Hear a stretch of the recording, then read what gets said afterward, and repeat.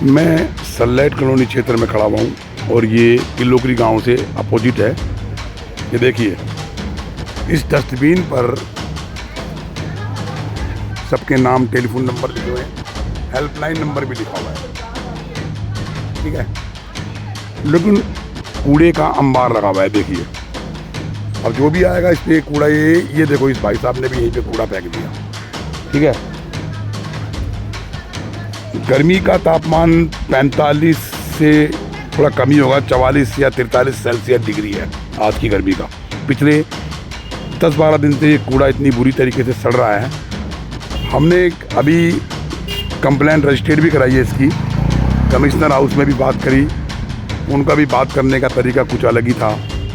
और यहाँ के जो निगम पार्षद हैं उनको फ़ोन किया, तकरीबन 10 से 15 बार उन्होंने कॉल किया और वो कॉल पिक नहीं कर रहे हैं। सोनाली चौधरी करके यहाँ के निगम पार्षद है और ये इनके हस्बैंड हैं, वो देखते हैं, रेख देख करते हैं। उनके ऑफिस में भी बात की लेकिन कोई सुनवाई नहीं। अब पता है, ये सरकारें बोल रही हैं, जो सरकारों के नुमाइंदा हैं, निगम पार्षद हैं, वो बोल रहे हैं कि गाड़ियों का अरेंजमेंट नहीं है।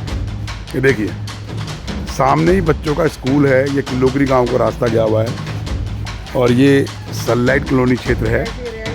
ये रिहायशी रेजिडेंशियल एरिया है, यहाँ पर सब लोग रह रहे हैं। ये देखिए, तो इतना बुरा हाल है,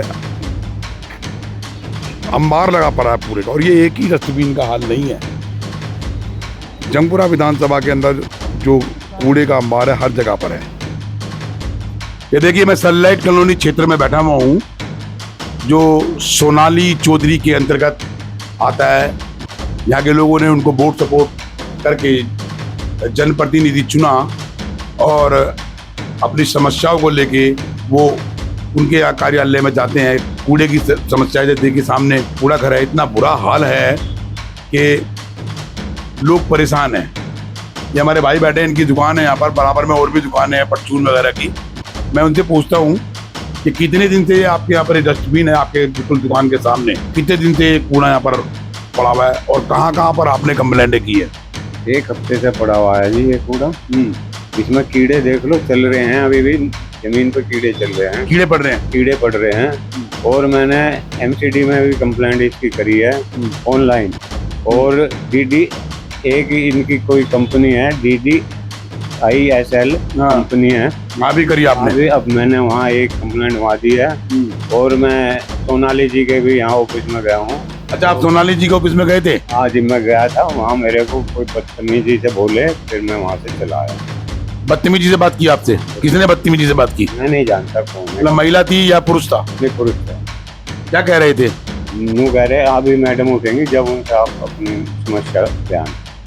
मतलब मैडम उठेंगी तब समस्या का बयान दो। अगर ये कूड़ा सड़ा, गंदगी हुई, महामारी हुई, हिजा फैला, हमारी हम ही परेशान होंगे। अब किससे शिकायत करेंगे? बताओ, किससे शिकायत करें हम? जिस पर हमने करनी कर ली, कोई सुनवाई नहीं है। कोई सुनवाई नहीं, कोई भी सुनवाई नहीं। कितने दिन हो गए इस बात को? एक हफ्ते से ऊपर। 1 हफ्ते से ऊपर हो गया। 1 हफ्ते से। तो इनकी जो गाड़ियाँ आती थी वो भी कोई नहीं आ रही? वो कोई नहीं आ रही। तो मतलब उनको कोई रिस्पॉन्स नहीं मिल रहा? आपको कहना है कि वहाँ से कोई सफाई व्यवस्था का आश्वासन नहीं मिला। ये कपिल है, वो थोड़ा उन्होंने कल गया था जी, आज JCB खराब पड़ी है हमारी, तो कल देखते हैं। अगर कपिल कौन है? कपिल यहाँ का सुपरवाइजर है, जो कि कूड़ों की देखभाल करता है। अच्छा, वो सुपरवाइजर है। हाँ जी। तो उनको आपने बोला होगा? हाँ, वो देख के गए थे? वो देख के भी गए, बोला भी है, फोटो और भी खींच के लेके जा रहे हैं यहाँ के, लेकिन कोई सुनवाई नहीं। कोई सुनवाई नहीं। अब इसकी जिम्मेदारी किसकी पड़ती है? माता जी, क्या कहोगी इसके बारे में? कब से शिकायत कर रहे हो आप? भाई, हमारे को 1 महीना होने को आ रहा है, कंप्लेन कर करके उसके इधर ऑफिस में बोल के, फोटो खींच के भेज के, लेकिन कोई सुनवाई नहीं हो रही है। उठा ही नहीं रहे, आ ही नहीं रहे। आपका ऑफिस कहाँ पर है? यहाँ पे मेरा ये रहा सामने खड़े, यहीं पे है। हम तो आपने अपने क्षेत्रीय निगम पार्षद से, जो सोनाली चौधरी, 1000 बार बात कर ली, उसकी PA बात करती है। उसका ना तो सोनाली चौधरी का हस्बैंड आता है, ना ही वो सोनाली सामने आती है। कभी फोन नहीं उठाते हैं लोग।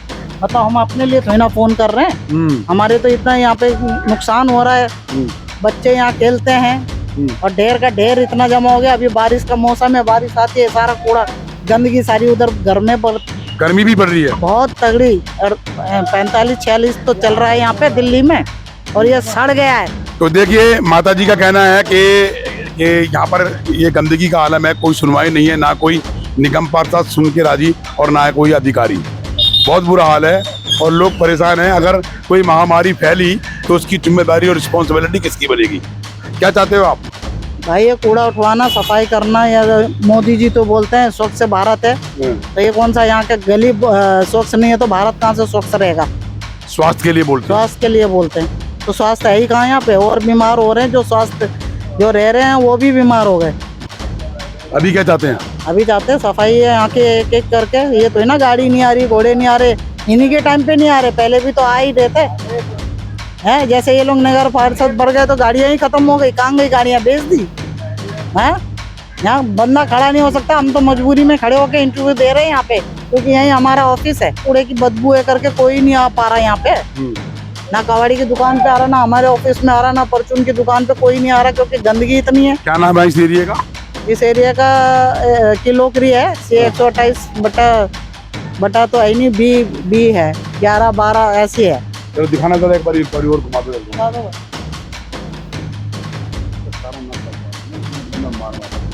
तो देखिए मैं सनलाइट कॉलोनी किलोगरी के डस्टबिन के सामने खड़ा हूँ और मैं यहाँ पर आया। मैं दिखा रहा हूँ आपको बार बार इसको कि इतना बुरा हाल है, महामारी फैल सकती है। 43 के लगभग गर्मी का माहौल बना पड़ा है और उनका कहना है लोगों का कि अगर यहाँ पर बरसात हुई तो आलम और बुरा होगा। और अब ये कूड़े का बुरा हाल है, देखिए अंबार लगा पड़ा है। सनलाइट कॉलोनी के और किलोगरी के लोग परेशान हैं। मैं अपनी बात यही समाप्त करता हूँ और कोशिश करूँगा कि निगम पार्षद और जो कार्यरत अधिकारी इसमें बैठे हुए हैं उनसे बात की जाए, इस कूड़े का यहाँ से हटाया जाए, ताकि लोग अपने आप को स्वच्छ समझें और स्वच्छ जिंदगी जिए। मैं अपनी बात यही समाप्त करता हूँ। इंस्पेक्शन मीडिया ग्रुप से ब्रिजभूषण की छोटी सी रिपोर्ट। जय हिंद, जय भारत, वंदे मातरम। समाज में हो रहा भ्रष्टाचार हम कराएंगे रूबरू। शासन और प्रशासन में बैठे जनप्रतिनिधि जिन्हें जनता चुन के लाती है, हम दिलाएंगे जनता का अधिकार संविधान के तहत। अपराधी चाहे प्रशासनिक हो या शासनिक, हम करेंगे उनकी खोज और करेंगे पड़ताल संविधान के तहत। सबके लिए समान, सबके लिए बराबर।